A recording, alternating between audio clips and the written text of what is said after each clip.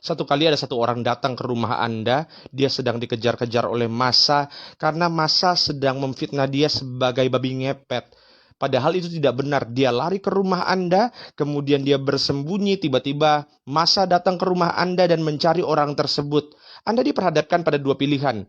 Apakah Anda harus mengaku bahwa orang tersebut ada di rumah itu, lalu menyerahkan orang itu kepada massa kemudian dihajar, dipukul sampai mati? Atau yang kedua, Anda memilih untuk berbohong demi menyelamatkan nyawa orang itu. Saudara, kira-kira ketika dihadapkan dengan posisi seperti itu, Anda pilih yang mana?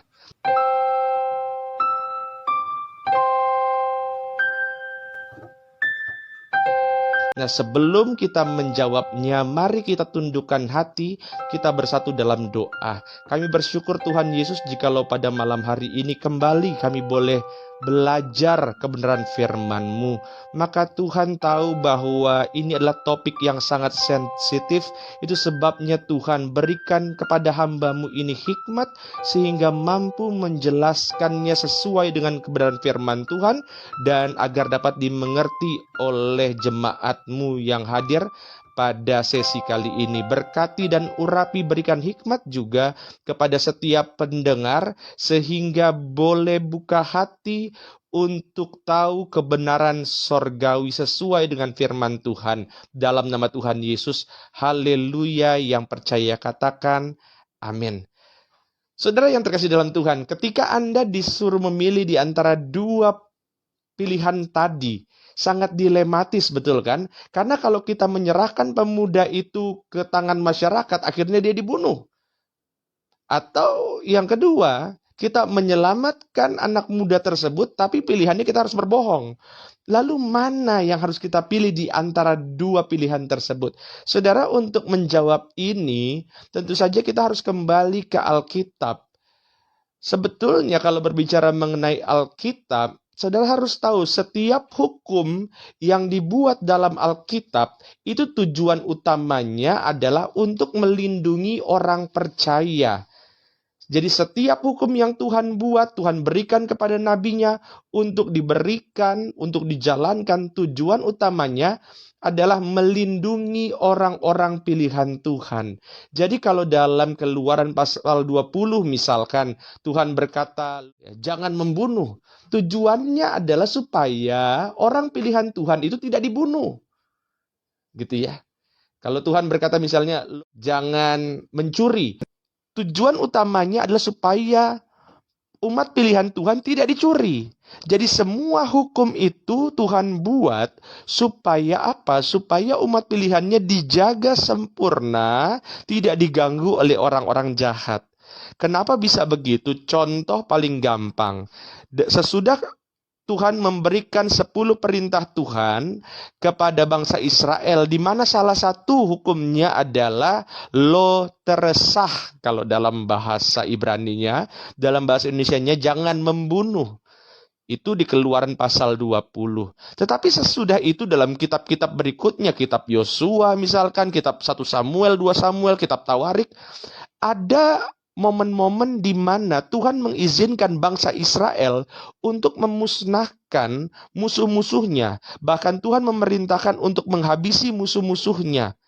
Lah kalau begitu saudara, bukankah ini bertentangan? Tuhan bilang jangan membunuh. Tapi di pasal-pasal di kitab-kitab berikutnya Tuhan izinkan untuk menghabisi musuh-musuh Israel. Sekali lagi saudara harus ingat, dalam konteks perjanjian lama khususnya, setiap hukum yang Tuhan buat, tujuannya adalah untuk melindungi umat pilihannya.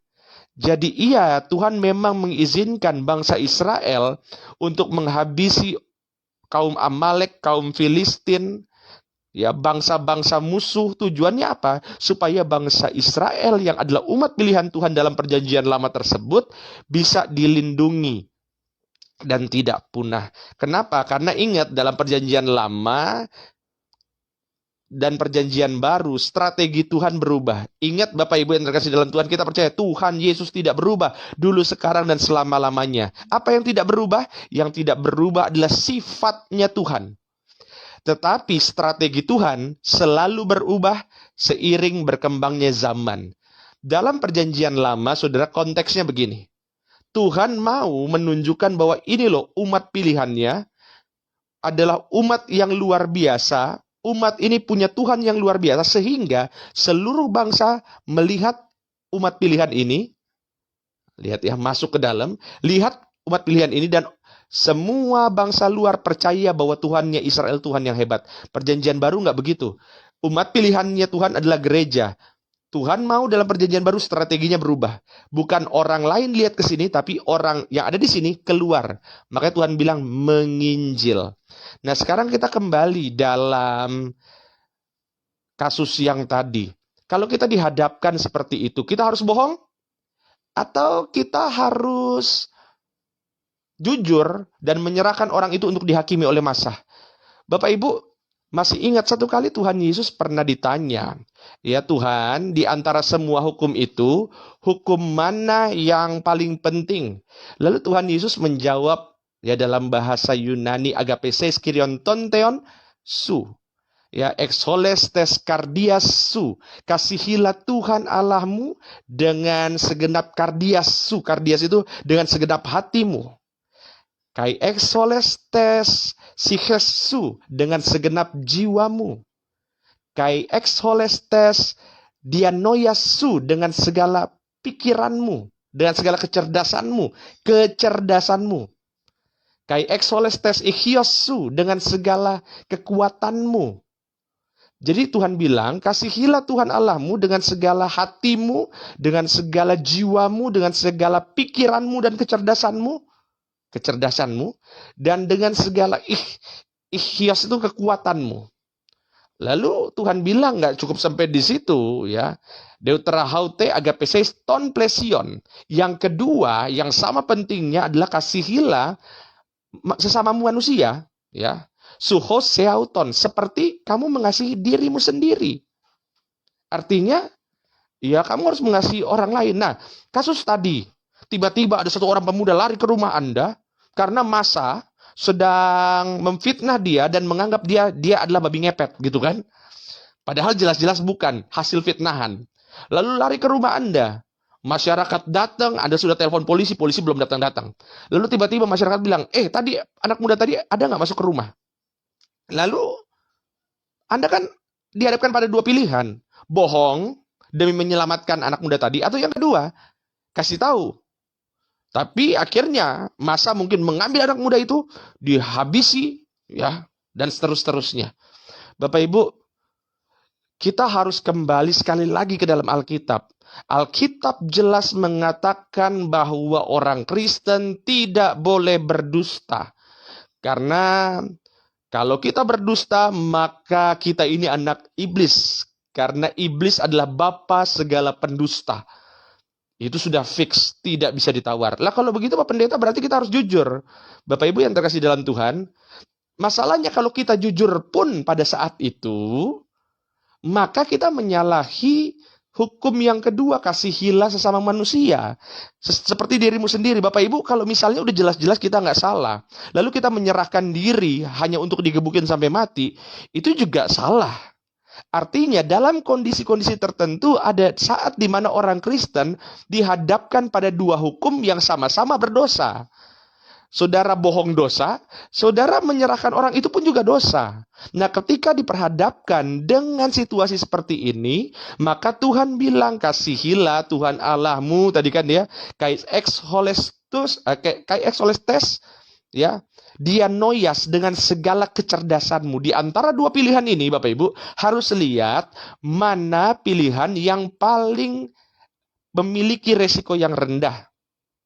Ya, tentu saja saya kalau dihadapkan dalam kondisi seperti itu, saya akan memilih untuk tidak kasih tahu. Berdosa dong Pak Giri kalau Pak Giri berbohong, dosa. Nggak usah ditawar-tawar, walaupun saya pendeta, kalau saya dusta, saya dosa. Tapi kalau saya serahkan juga orang itu, maka saya bertanggung jawab atas darah orang itu dan saya juga berdosa. Jadi sama-sama berdosa, ingat dulu, di antara dua pilihan ini sama-sama berdosa. Tapi ketika dihadapkan dengan dua pilihan itu, mana yang harus saya pilih?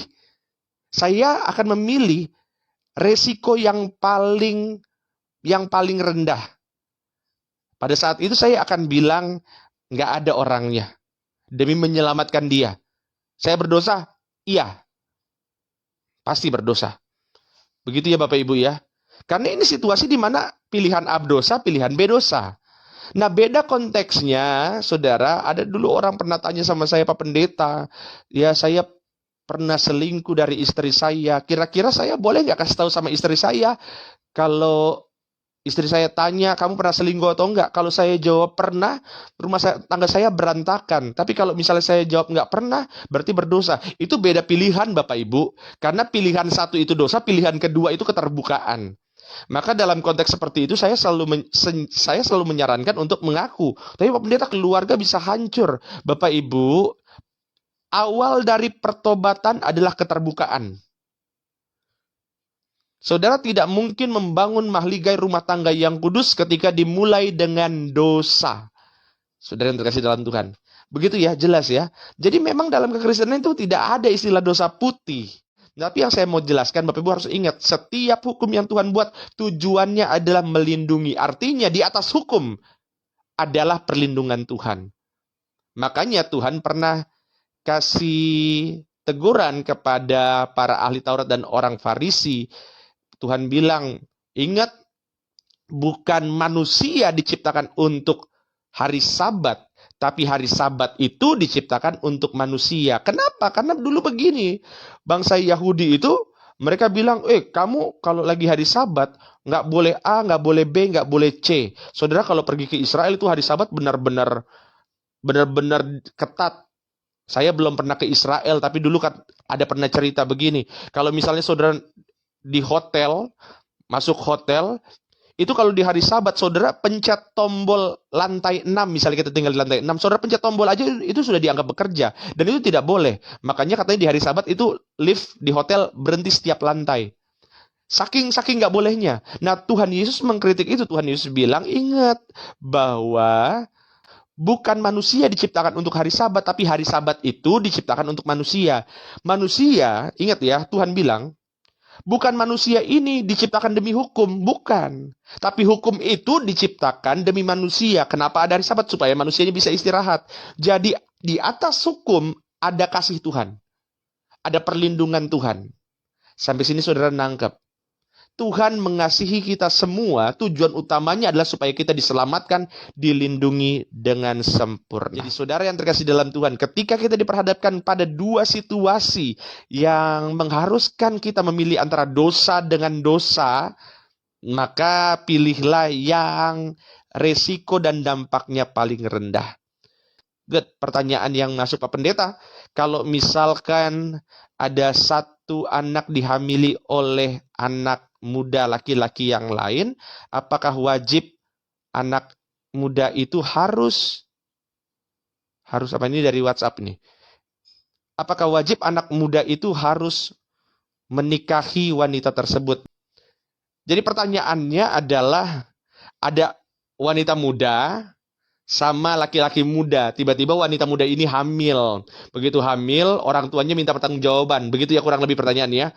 Bahwa laki-laki ini harus menikahi wanita tersebut. Apakah begitu Pak Pendeta, Bapak Ibu?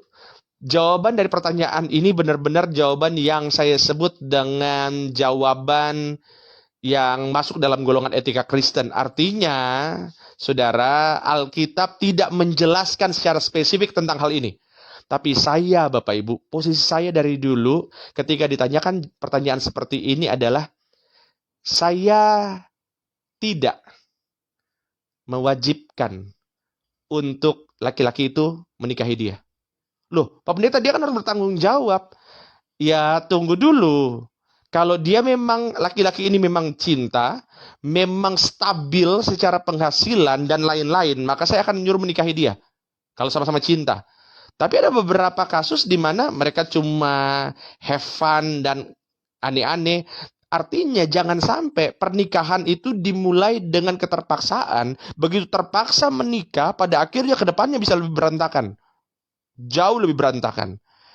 Saya menangani beberapa kisah konseling yang seperti itu, Bapak Ibu. Di mana kasus-kasus yang ada seperti itu, bahwa orang yang terpaksa melakukan pernikahan seperti itu tingkat perceraiannya sangat tinggi, hampir 100%. Hampir 100%. Ya, jadi Bapak Ibu, itu statement saya. Tapi tentu saja, Bapak Ibu, ini sekali lagi dalam konteks etika Kristen. Kalau etika Kristen itu Bapak Ibu nggak bisa bilang benar atau salah. Itu adalah pendapat masing-masing hamba Tuhan. Saya buat kesimpulan begini. Yang pertama, orang Kristen tidak percaya dengan dosa putih. Alkitab tidak pernah mengatakan ada dosa yang putih, dan Alkitab tidak pernah mengizinkan dosa dengan alasan apapun. Termasuk bohong untuk kebenaran, untuk kebaikan, maaf, itu pun tidak diizinkan. Yang kedua kesimpulannya, dalam kasus-kasus tertentu di mana kita diperhadapkan dengan dua dosa, dan kita harus memilih di antara salah satu, pilihlah yang paling rendah dampaknya. Seperti pertanyaan yang tadi di awal saya kemukakan, maka saat itu saya akan memilih untuk mengikuti ajaran Tuhan, kasihilah sesama manusia seperti dirimu sendiri. Saya akan melindungi orang tersebut. Loh, Pak, berarti Pak Pendeta berdosa dong berbohong? Iya, berdosa, sangat berdosa. Nggak ada tawar-menawar di situ. Tapi toh kalau saya memilih untuk menyerahkan anak muda itu, saya juga berdosa. Jadi kalau pilihannya di antara dua dosa, saya akan milih yang dampak paling rendah. Bapak Ibu, mohon jangan ambil kalimat saya sepotong-sepotong. Karena kalau ambil kalimat saya sepotong-sepotong, pasti akan timbul konflik, akan timbul hal yang tidak-tidak, ya tuduhan yang aneh-aneh. Yang ketiga, saudara, bahwa dalam kasus-kasus tertentu, memang Alkitab tidak menjabarkan dan menjawabnya secara gamblang. Sehingga dalam dunia teologi biasanya hal itu dibahas dalam konteks etika Kristen. Dan ketika masuk dalam area abu-abu atau gray area, maka di situ Bapak Ibu, kita harus kembali lagi ke dalam ajaran asli Alkitab. Bahwa yang terutama di antara semua hukum, kata Tuhan Yesus, adalah kasihilah Tuhan Allahmu. Ya, agapeses kyrion tonteon su. Ya, ex holes tes kardias su. Kai ex holes tes psikies su. Kai ex holes tes dianoias su, kai ex holes tes ixios su. Kasihilah Tuhan Allahmu dengan segenap hatimu, dengan kardia su, dengan jantungmu. Setiap detak jantung kita untuk Tuhan. Ex holes tes psikias su, jiwa, psikias, psikologi. Ya. Kemudian kai ex holes tes dianoiasu, dengan segala pikiran dan kecerdasanmu. Makanya Tuhan katakan, cerdiklah seperti ular, tapi tulus seperti merpati. Ya, saudara. Nah, jadi yang keempat, yang terakhir, kesimpulannya adalah di atas hukum ada kasih Tuhan yang sempurna yang mau melindungi setiap orang-orang pilihannya, orang-orang yang percaya. Ibu Theodore Pardosi, kalau mengambil uang suami dari dompetnya dan tidak mengakuinya, dosa enggak, Pak? Kalau misalnya suaminya tanya, itu uang 20.000 di mana? Terus saudara bilang, nggak tahu, diambil sama babi ngepet. Nah, itu baru berdosa. Sudah berdosa, salah-salahin babi lagi, kan bahaya. Ya, itu nggak boleh Bapak Ibu ya. Nah, tapi jauh lebih baik, saudara, daripada nggak ngaku kan, mendingan kita akui. Betul ya? Karena kalau nggak diakuin, pada akhirnya timbul konflik dan perpecahan. Jadi sekali lagi Bapak Ibu, kita harus memilih di antara pilihan-pilihan tersebut, mana yang dampaknya paling rendah. Karena saudara jangan sampai suami istri berantem hanya karena 20.000. Ya, itu kalau suami istri berantem hanya karena 20.000, itu setan juga ketawa. Kata setan, saya juga nggak gini-gini banget. Pak Jonathan Nugroho, gitu ya, Bu Theodore Pardosi. Ya, Ibu Helmina Pangaribuan, tidak bisa tawar-menawar atas kebohongan, padahal sudah menolong nyawa orang ya Pak. Enggak ada tawar-menawar. Dosa itu tidak ada tawar-menawar. Dua-duanya tetap dosa. Dua-duanya tetap dosa. Tapi kita juga percaya bahwa dosa apapun, ketika kita buka hati, menyesali, kita datang sama Tuhan, dosa kita diampuni Tuhan. Ya, dan ketika kita menyesali perbuatan kita, dan kita bilang Tuhan tahu bahwa hati saya tulus, hati saya murni, saya melakukan itu atas dasar kebaikan. Tuhan ampuni saya, maka pemulihan, pengampunan Tuhan tercurah bagi setiap kita. Tapi saudara jangan bermain-main di balik kata pertobatan, begitu ya. Jangan bermain-main di balik kata perbuatan. Saya hari ini tenggelam dalam dosa, besok minta ampun, tenggelam lagi, besok minta ampun. Jangan begitu. Tapi itu Ibu Helmina, nggak ada pengecualian. Tidak ada sama sekali pengecualian. Good. Ini menarik nih. Ini Bapak Ibu, kalau saya bahas tentang dosa putih, kenapa pertanyaannya banyak sekali? Jangan-jangan saudara juga terlibat. Ya saudara. Pak, kalau orang punya penyakit lupa, apa itu maksudnya? Kalau orang punya penyakit lupa, oh, Bapak Ibu gini loh. Jadi misalkan gini ya, saya ngerti mungkin Pak Patrick tanya begini. Ada orang misalkan tanya sama saya, pagi hari kemarin habis jalan-jalan makan di KFC ya. Cuma saya lupa. Begitu lupa saya bilang, enggak. Itu dosa atau enggak?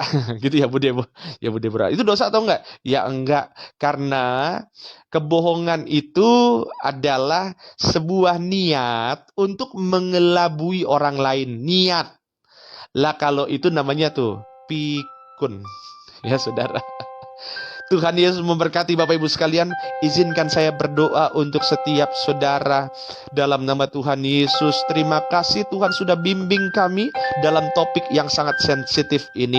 Kami percaya Roh Kudus yang terus menerjemahkan setiap firman yang sudah kami terima, sehingga semakin hari kami hidup dalam kebenaran-Mu. Dalam nama Tuhan Yesus. Haleluya. Amin. Tuhan Yesus memberkati. Shalom.